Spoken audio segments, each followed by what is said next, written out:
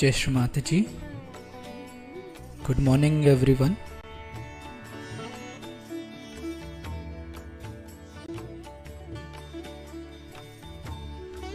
Let us all bow down to Shri Mataji, raise our Mother Kundalini and put Bandhan.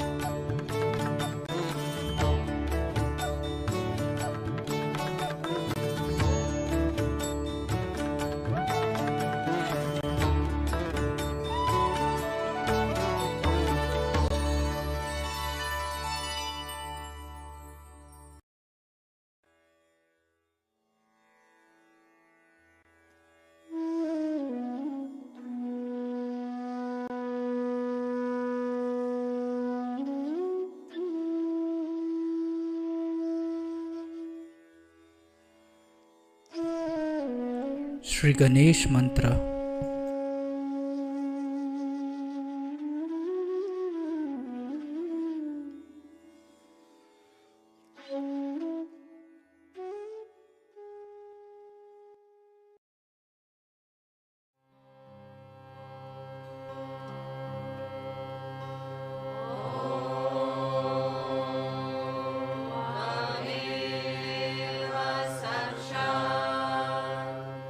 Shri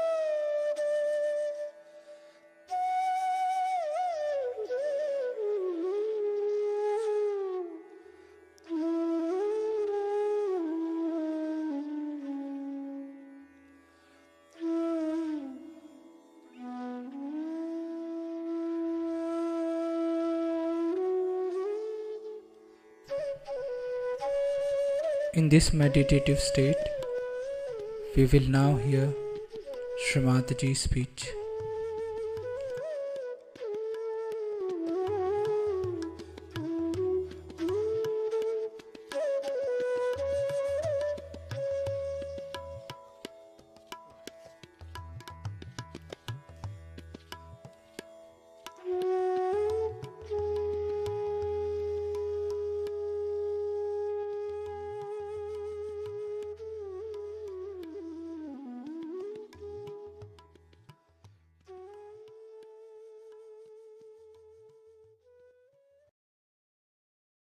I bow to all the seekers of truth. I've been many times in Birmingham before, and today I find there are so many people whom I know very well, and gradually we are all increasing in size, understanding our spirit. Now, the seeking of the spirit is not a new thing. It's a very ancient pursuit of human beings. They have been seeking the spirit. And many a times, many prophets, many great incarnations came on this earth to help the people in their pursuit. The seeking of the spirit is an inner urge, a very compelling urge within ourselves. But we don't know what we have to seek. We don't know what it means to be twice born. I come from India and suddenly I feel I belong to Britain. I become British and I feel the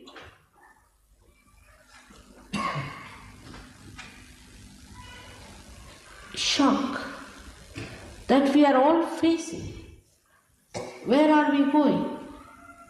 The other day I saw some program about cocaine smuggling in England and I was shocked.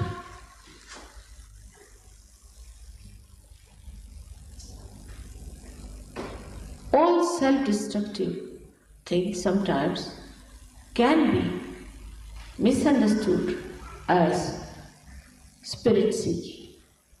One can misunderstand. But they lead us nowhere, is a fact. Then why do we do it?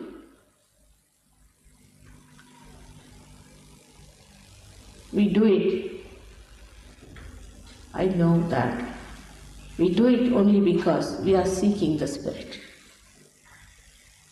It's very misleading.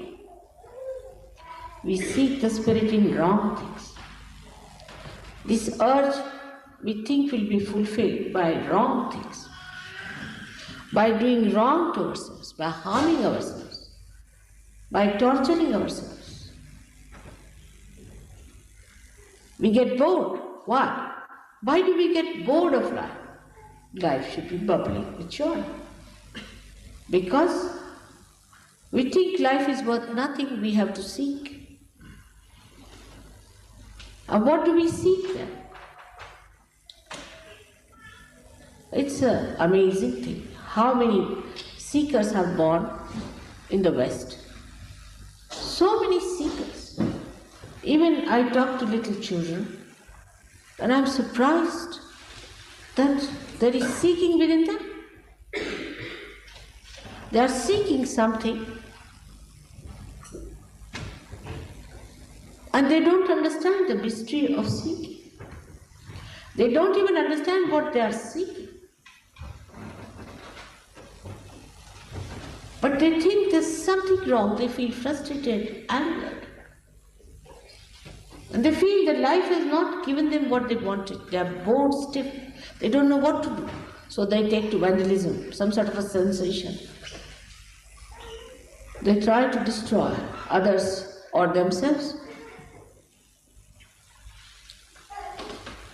So the human mind today is at a different level, we must understand, especially in the West. Of course, East has its own problems, but it has traditional understanding about seeking and it understands what to seek. But in the West, such intense seekers are there and they don't know what to seek, what to achieve, what is spirit. It's a big problem. But today one has to realize that the category of people that are born in these modern times are very different from the people who were born about, say, I would say 50 years back. They had political ambitions, economic ambitions. They wanted to achieve political freedom, power. That generation is practically over now. They have realized that in this power game, they are not going to gain anything. It's a subject finished now for them. It's something absurd. They find the whole thing is a joke. Same with the economic problem, like there was once upon a time a gold rush. So everybody rushed to find the gold. Today, if anybody wants to do that, people will think, are you mad? Must be joking. So the category of people today are of a different level. We must be aware of that. We must understand that the category is very different, which perhaps media people don't understand so much. I don't think they have any idea as to what is the level of awareness of human beings today in the West. They are still of that old school which was busy fighting elections or strikes and this and that, all nonsensical things. But the people who are aware are many, many more than what we know of. That they are seeking something very different that their fathers and forefathers did not seek. Because the times are such. Today it's a special time. Special time where many people have to get their spirit. But then again we are misled. Because people who are trying to exploit this have found a good market. And they come down to find out how they can market their goods in this new awareness of people. We get enamored because we are still not fully conscious or knowledgeable about what to expect in your spiritual pursuit. And that's how they come and befool us. We have cults and we have sects. But one must understand that as you have grown through Aviva in your evolutionary process, gradually from that to this level, the awareness has to also grow the same way, in a traditional way. It cannot be somebody like Freud coming up and saying something new that we accept. Suddenly, how can we deviate from all those who talked of something very different from what Freud has been talking? Because it's a mind, which is of course very aware, but also it is what we call a very right-sided mind. As is described in the Gita, they are called as the people who are Rajasikas, the people who are in action. They live with the power of action. So the people who live with the power of their action live with their egos. And ego likes something new. Some sort of a new stuff comes in. They think, oh, why not do that? Try this, try that. It's like a horse which wants to go into every new direction and face. It's a very venturesome horse, I think. And that's how something new somebody says, everybody jumps to it. We are not new ourselves, we are ancient. And when we take to some new idea suddenly, we find after some time that we have to recoil back, because these are all mental projections. And that's how in every religion there have been sects formed. Because, say, Catholicism, Martin Luther, who was himself a realized soul, saw that Pope was doing all kinds of wrong things, so he started a new sect. But it's a mental projection still, I would say, though he was a realized soul. Then out of that came out, I don't know how many churches. So now we have an unification church, which turned out to be another horrible stuff. Then we have Unity Church, where they unite all these sects. It's all projections, all branches of that mental movement. But the essence is lost. In the first case it was lost, and it was completely forgotten in the last case. So that's how the sects were born. Now we find Pentecostals. The other day I was reading the harm it has done to people. We have all kinds of Seventh-day Adventists. What does it matter? What was the seventh day Sabbath? Supposing you have your Sabbath day, say on the seventh day, will you become righteous? Will you become virtuous? Will you become your spirit? By changing a particular type of ideology or thought, will you be transformed?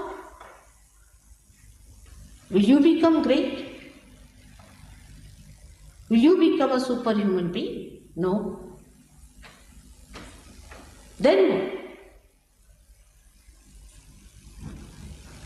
You think that by going from one sect to another sect, you will achieve something great. You will just form different social orders, that's all. Then you have anti-culture. Another sect formed as a reaction. That also is another problem. All these venturesome ideas of this horse takes you from places to places, and you think, why whenever we try to do something, why we are committing the mistake? Because we have forgotten the fundamental. And the fundamental is very simple, that you have to seek your spirit. And when you seek your spirit, it is a spontaneous happening. It's a living process in your evolutionary process by which you become the spirit. By mental projection you cannot. Then the people who took advantage of the situation that there are so many seekers on this earth, they started all kinds of cults also. I've been talking against them since 1970. That don't go to these cults. These are another ego pampering stuffs. Suddenly they start a new idea, it appeals to you. Suddenly someone says that, no, by leading this kind of a life, you'll achieve what? You accept it. Why not find out? Since ages, people have been writing about the spiritual life. What does that mean? How to achieve it? Why do you take to anyone who just says that this is so, this is so? Because Perhaps they have a nice circus or a publicity. There must be something that is so attractive that people take to it. Or maybe it is some sort of an ego pampering that you want to join these cults and get destroyed. There cannot be a cult for your ascent. What cults did you follow to become human beings? The nature itself works it out. It is a spontaneous happening. But for a person who lives only with mental projections, morning till evening you see television or listen to radio, is nothing but mental projection all the time, you see, hovering on your head. You cannot think that there is something beyond that mental projection, which is the reality. So you find reality horrifying, absolutely horrifying. You have to pay the tax, you have to pay the rates, you have to pay this, you have to be like this, you have to be dressed up like this, you have to have clothes like this, all kinds of pressures on your head. So now what to do? How to get out of this? This is reality for people. So then we accept the drugs and the alcohols and things because we want to get out of it. That gives definitely a sensation, hallucination. But reality in itself is so beautiful, is so surmounting all this, that we have to honestly understand that if it is reality, it cannot be hallucination. It cannot. You cannot pay for it. You cannot follow somebody who says something against the tradition of evolution. It has to be fundamental. What it has been and will be, it has to be something that is integrating everything, integrating all the religions, integrating all the religious leaders, all the great prophets and all the great incarnations, otherwise it cannot be reality. Because reality has to be one. It should unite everything. It cannot create a separate identity on mental level. It may create on a spiritual level, maybe, that people who get realization, who have got self-realization, maybe the people form a more coordinated concord among themselves, but they are all the time worried about the other people who are not yet in there, not for money, not for lust, not for greed, but only because they want to share the joy of reality. This has to be first of all understood by all those who are seeking that reality cannot be a mental projection. Neither can it be an emotional projection which we can manage ourselves. One moment we are in love, another moment we are walking to the divorce cases. Why? If there was some truth in that kind of a love, why?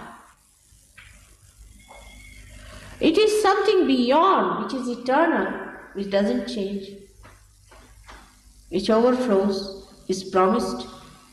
What about that? Why not seek that? Then you turn your eyes to find out where is it described. Vedas were written thousands of years back. And every Veda, whichever you read, the Upanishads as they are called as, the people where they have described about human beings, have taught that you have to worry about your spirit. It's the spirit that is important. Then you have other people. In India we have 14,000 years back some great poets. All of them have said the same. Then we have people In other countries like Abraham, like Moses, we have Confucius, Lao Tzu, we have Krishna, Rama. All of them have said one thing and one thing, that you seek your spirit. If so, then how? We should again look back. Is described. How to seek? Is described in Gita, but much before that, it is described in the Vedas very clearly about the Kundalini and the seven chakras. Nobody says in any book that when the Kundalini awakens, you become mad or you start jumping like a frog. Recently I went to Pune, and there I was surprised that the Brahmins of Pune, who are supposed to be very learned people, were all suffering from high blood pressure, from kidney troubles, from insanity. I mean, name any disease they had. I said, why are they suffering like this? So there was one fellow called Gulwani Maharaj, who really came as the killer of all these Brahmins, I think, that they followed him. And their main person came to discuss with me about his religion, so-called. And he started asking me, do you know about Tarunopai, Arunopai? I said, what is that? I've never heard. Where is it described? Oh, you have never heard about it? I said, no. Do you know about Shaktipat? I said, I've never heard about this. From where does it come? Which book? Oh, it's from one book. I said, which book?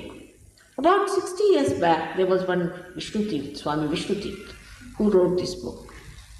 I said, really? He's the only one, only 60 years back, this fellow comes up from somewhere, writes down something new, Arunopai, Tarunopai. All the Vedas, all the Shastras are all finished. Bible is finished, everything is finished. Only this fellow 60 years back comes up from somewhere and talks about Shaktipat and you believe it. All of you, the Brahmins, the educated, the learned. I said, where do you see these words in the Vedas? Show me.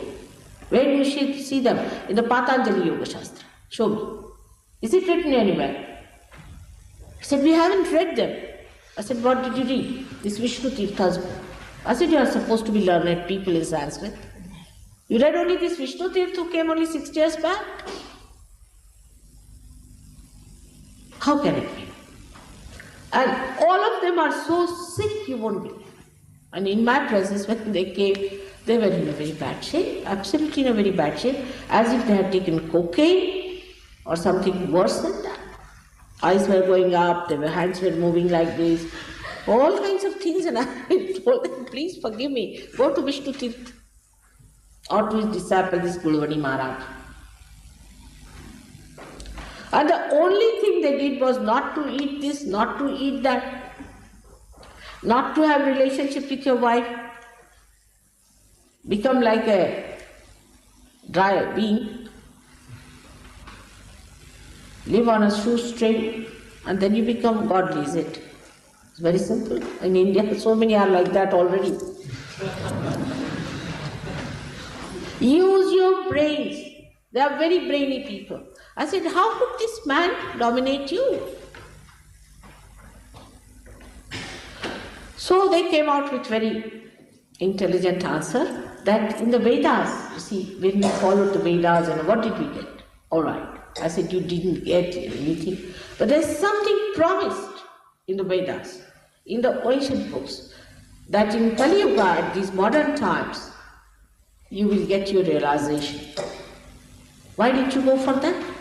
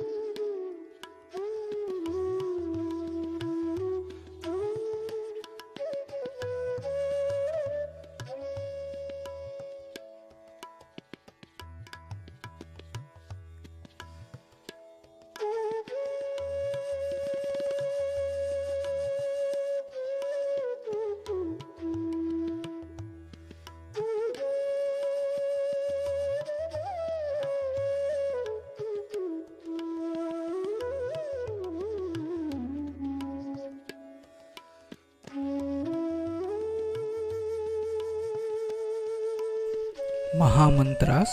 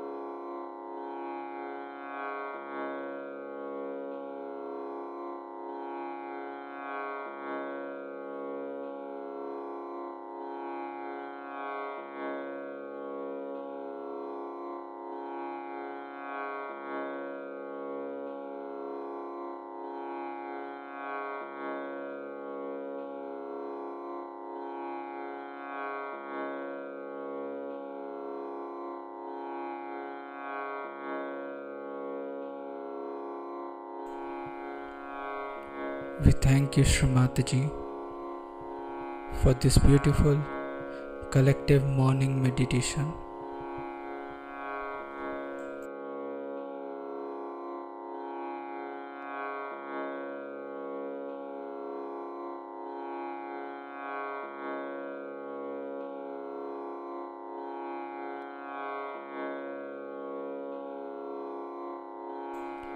Let us all bow down to Shri Mataji, raise our Mother Kundalini and put Bandhan.